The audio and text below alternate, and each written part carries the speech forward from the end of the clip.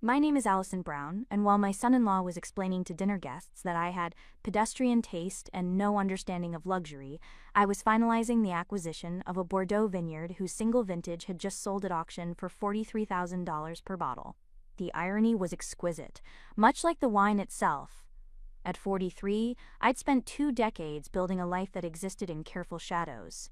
As a senior officer in the Central Intelligence Agency's Directorate of Operations, my work required absolute discretion. But discretion, I'd learned, looked remarkably like mediocrity to people who measured worth in visible wealth and pronounceable job titles. My daughter Claire had married Trevor Ashford 3 years ago in a ceremony that cost more than most people's houses. Trevor was a sommelier at one of Manhattan's most exclusive restaurants, the kind of place where a wine list was 50 pages long and the waiters spoke in hushed, reverent tones about notes of tobacco and hints of volcanic soil. He came from old Connecticut money, the type that came with a hyphenated surname and opinions about everything. To Trevor and his family, I was an embarrassment.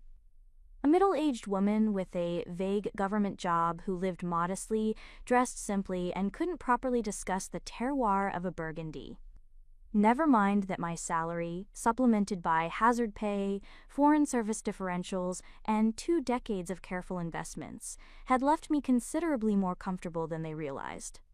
Never mind that I spoke 6 languages, had lived on 4 continents, and had negotiated with warlords and ministers with equal aplomb. I didn't fit their aesthetic. And in their world, aesthetic was everything.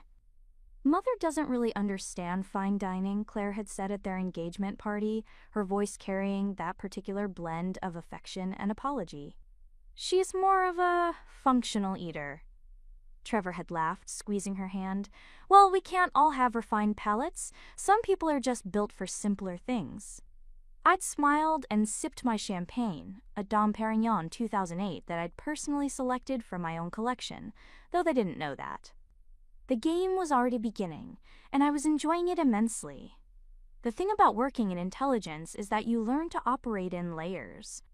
The surface story is rarely the true story. Your cover needs to be believable, consistent, boring enough that people stop asking questions. Over the years, boring government analyst had served me perfectly. It explained my travel, my occasional absences, my inability to discuss work in detail. It also, conveniently, positioned me as someone without resources, without power, without sophistication. The truth was more complex. My career had taken me from field operations in Eastern Europe to analysis work at Langley, to my current position overseeing a network of assets across 3 continents. The work was cerebral, dangerous, and occasionally required making decisions that kept me awake at night. It also paid extraordinarily well, especially when you factored in the various allowances and the fact that I'd spent years living in hardship posts where there was nothing to spend money on. I'd invested carefully, real estate in emerging markets before they emerged, art from talented unknowns before they became knowns, and wine. God, the wine. I'd started collecting 15 years ago during a posting in France, learning from an asset who happened to be a negociant in Burgundy. What began as a cover story had become a genuine passion and, eventually, a rather substantial portfolio.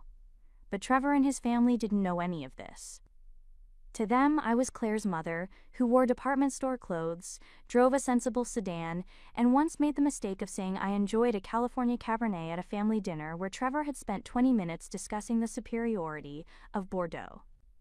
"California wine," he'd said, his voice dripping with amused contempt, "is like fast food. It fills you up, but there's no art to it, no history, no soul." "I see," I'd replied mildly. "Thank you for explaining." Claire had looked uncomfortable, caught between her husband and her mother. Trevor's parents, Richard and Constance, had exchanged knowing glances that said everything about what they thought of their daughter-in-law's unfortunate parentage. The mockery had patterns, all centered around taste and sophistication. My clothes were serviceable. My car was practical. My home was quaint. Everything I did or owned was coded language for not good enough for our family. Mother still uses a travel agent, Claire had mentioned at Easter dinner, as if this were evidence of technological incompetence rather than operational security. How charmingly old-fashioned, Constance had murmured. I suppose some people are just more comfortable with traditional methods. What they didn't know, my travel agent, was actually a cover office that arranged my movements through non-attributable channels. But explaining that would have ruined both my operational security and my private entertainment. The entertainment was becoming increasingly important. Not because I needed their validation. I'd stopped needing that decades ago, around the time I'd successfully run my first network of foreign assets. But because there was something almost theatrically perfect about being systematically underestimated by people who thought price tags and pedigree were the measures of worth. Your mother needs guidance, Trevor had told Claire within my hearing at a family wedding. Someone should take her shopping, teach her how to present herself properly. It reflects on you, darling. Claire had murmured something non-committal. Our relationship had become strained since her marriage. Stretched thin by her constant apologizing for me, her careful management of when I was and wasn't invited to events, her obvious discomfort at having a mother who didn't fit the Ashford aesthetic. It hurt, of course it hurt, but pain was just information, and I'd learned to process information without letting it cloud my judgment. The summer brought a new development. Trevor had been promoted to head sommelier and was organizing an exclusive wine tasting event at the restaurant, a showcase of rare vintages for wealthy collectors and connoisseurs. It was being billed as the social event of the season, with only 50 carefully selected guests. It's going to be incredible, Claire had said during our monthly lunch, her voice bright with an enthusiasm she rarely showed around me anymore. Trevor's been planning it for months. He's secured some bottles that are almost impossible to find. That sounds lovely. The thing is, she'd hesitated, playing with her napkin. It's very exclusive, Mother. Very high-level collectors and experts. Trevor's worried about the optics. The optics, I'd repeated neutrally. He thinks maybe it would be better if you didn't attend, not because we don't want you there. Just, it's such a sophisticated crowd, and you know how you are with wine. How am I with wine? You know, unsophisticated. Remember when you said that Napa Cab was good? Trevor's colleagues still talk about it. I'd looked at my daughter, my brilliant, beautiful daughter who'd graduated summa cum laude from Yale, who'd once wanted to change the world, and now wanted to impress people who judged worth by vintage years and auction prices. I understand, I'd said. You're not upset? Why would I be upset? You're protecting Trevor's professional reputation. That's what partners do. She'd looked relieved and guilty in equal measure. Thank you, Mother. I knew you'd understand. I'd understood perfectly. I'd understood that my daughter had been absorbed into a world where appearances mattered more than substance, where the ability to pronounce Châteauneuf-du-Pape correctly was more valued than the ability to speak Mandarin or Farsi. I'd understood that in trying to fit into Trevor's world, she'd decided I didn't fit into hers. But I'd also understood something else. The universe was handing me a gift. Trevor's exclusive tasting. 50 guests. The social event of the season. And one very specific bottle I happened to own that Trevor had been trying to acquire for 2 years. I'd made a phone call that afternoon. Not to Claire or Trevor, but to someone at my wine storage facility in Westchester. Then another call to the restaurant's management. Not to Trevor, but to his boss, the restaurant's owner, whom I'd met years ago during a diplomatic reception in Paris. We'd kept in touch, the way you do with useful contacts who appreciate discretion and quality. Marcel, I have a proposition for you. The next 3 weeks were a master class in subtle orchestration. I didn't attend planning meetings or offer suggestions. I simply made arrangements, moving pieces into place with the same careful precision I used for operations planning. The wine would be loaned anonymously to the restaurant for Trevor's event. The label would identify it as belonging to an anonymous collector. Trevor would have his moment of triumph, showcasing a bottle most sommeliers only dreamed of presenting. And I would attend after all. Because Marcel, lovely Marcel, who understood both wine and theater, had personally invited me as a guest of the restaurant. Claire didn't need to know. Trevor certainly didn't need to know. The night of the event arrived with typical Manhattan fanfare. The restaurant had been transformed into something between a museum and a temple, each bottle displayed like religious artifacts, ambient lighting creating an atmosphere of hushed reverence. Guests arrived in careful waves, collectors with 8-figure portfolios, restaurant critics, wealthy enthusiasts who treated wine as performance art.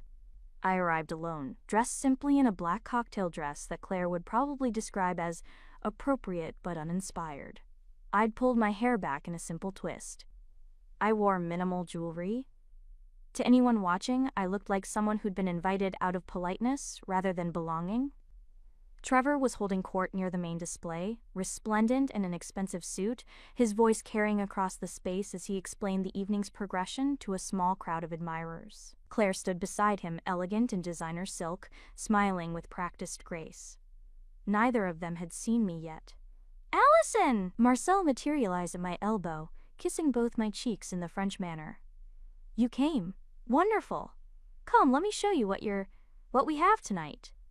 I'd raised a finger to my lips, and he'd grinned conspiratorially. Marcel understood games.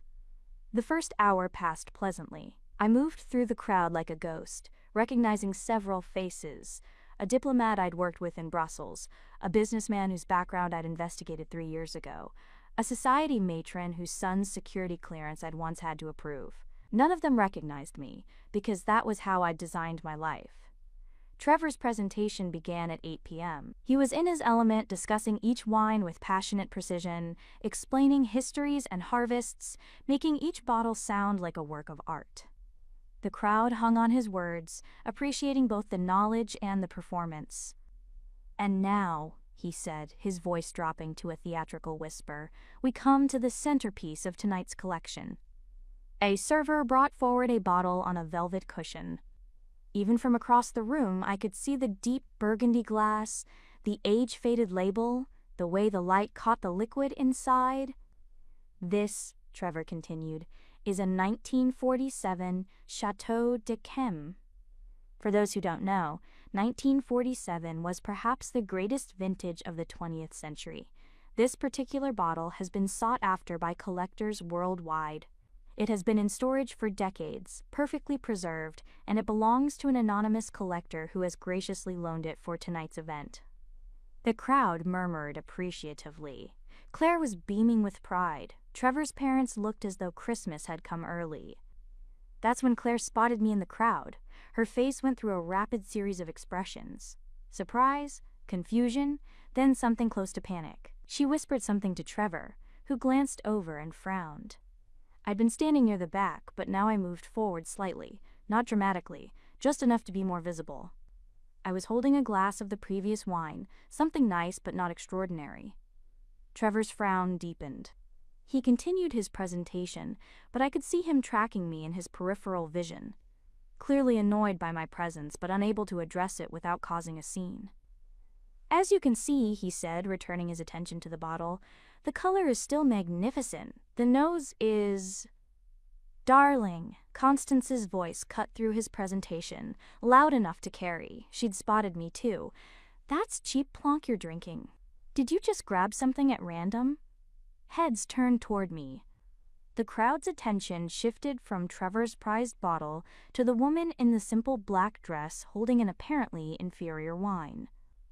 Trevor seized the moment, his voice taking on an edge of amused condescension. "Darling, that's cheap plonk," he said, projecting just enough to ensure everyone could hear. "You have absolutely no taste."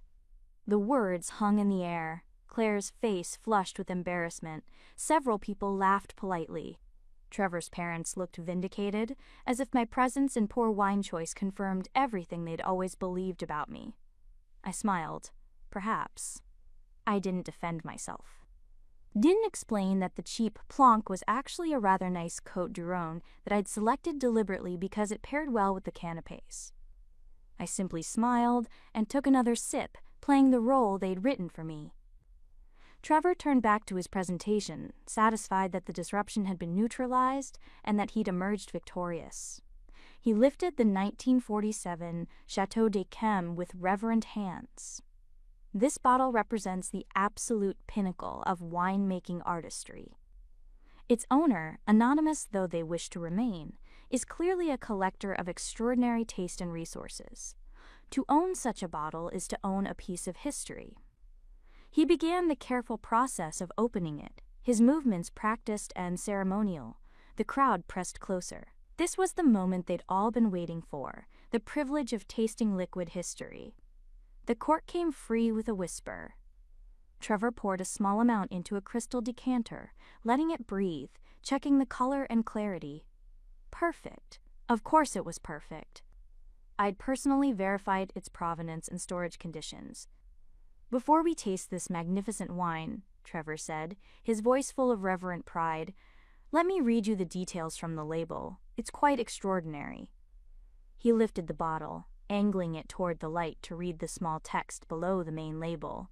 His eyes moved across the words, and I watched the exact moment comprehension struck. The color drained from his face. His hand trembled slightly. His mouth opened and closed without sound. Because there, on the label, just below the vintage year and the chateau name, was a small but unmistakable marking, AMB, in an elegant, scrolling script. My personal monogram, the authentication mark 1 used for all my private collection pieces. Trevor's eyes slowly lifted from the bottle to find me in the crowd. Our gazes locked. I could see him processing, calculating, trying to understand how this was possible. His mother-in-law. The woman with no taste. The embarrassment. The one who drank cheap plonk.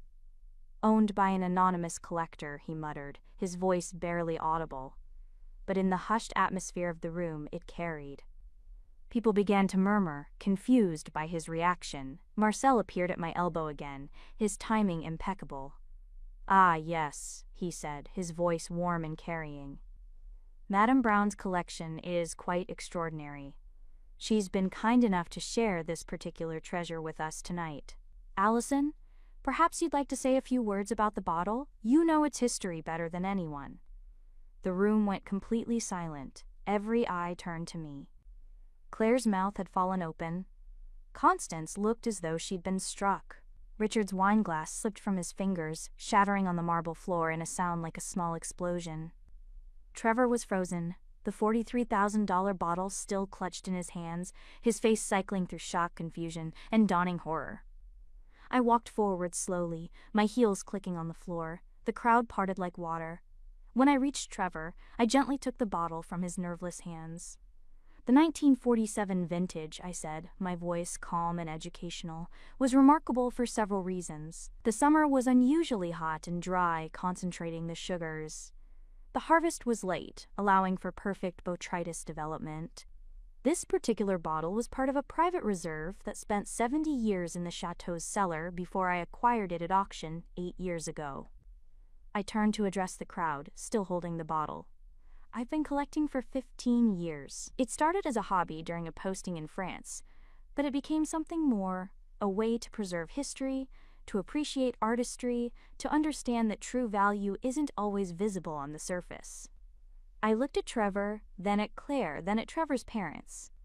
Sometimes the most valuable things are hidden in plain sight, dismissed as ordinary by people who confuse labels with worth. I handed the bottle back to Trevor carefully. He took it automatically, still speechless. "Please, continue your presentation. This wine deserves to be appreciated properly, and you're quite skilled at that. I'll just go finish my cheap plonk at the back." I walked away through the silent crowd, leaving them to process what had just happened. Behind me, I heard Constance's choked gasp, the sound of someone else's glass dropping, the beginning of urgent, whispered conversations. Claire caught up with me near the exit. Her face was tear-streaked, her careful makeup ruined. "Mother, I don't understand. Why didn't you?" "Tell you? Because you never asked, sweetheart. You assumed. You all did." "But all this time, we thought," Trevor said. "I know what Trevor said, what you all said, and you know what? It was easier to let you believe it. My actual work requires discretion. Having a family that thinks I'm boring and ordinary is excellent cover." "Your actual work?" She looked lost. "But you're an analyst." "Among other things," I touched her cheek gently. Claire, I love you, but somewhere along the way, you started measuring worth the way Trevor's family does, by what can be seen, named, and priced. I raised you to value different things. I do value. Do you? Because for 3 years you've been apologizing for me, managing me, hiding me, all because I didn't fit their aesthetic. Tears spilled over. I'm so sorry. I know, and I forgive you, but here's what I need you to understand. I didn't orchestrate tonight as revenge. I orchestrated it as a lesson. There are many kinds of power in this world. The most dangerous is the kind people don't see coming. I kissed her forehead and walked toward the exit. Marcel was waiting by the door. That was magnificent, he said quietly, though I suspect you've just ended a marriage.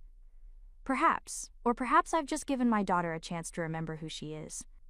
Behind us, Trevor was still frozen at the front of the room, holding a bottle that represented more money than he'd make in 2 years. A bottle that belonged to the mother-in-law he'd spent 3 years mocking as tasteless and unsophisticated. I stepped out into the Manhattan night, breathing in the cool air. My phone buzzed. Work. It was always work. An encrypted message about a developing situation in Ankara that needed immediate attention. I hailed a cab, already mentally shifting gears from mother and wine collector to operations officer. The game with Trevor was over. The real games, the ones that actually mattered, never stopped. But as the cab pulled away, I allowed myself a small smile. Because sometimes, just sometimes, you gotta have both. The serious work that gave your life meaning, and the perfect theatrical moment when people realized they'd wildly underestimated you. The look on Trevor's face when he'd seen my monogram on that label, that was going into my private collection of perfect moments, right next to the wine itself. Worth every penny of that $43,000.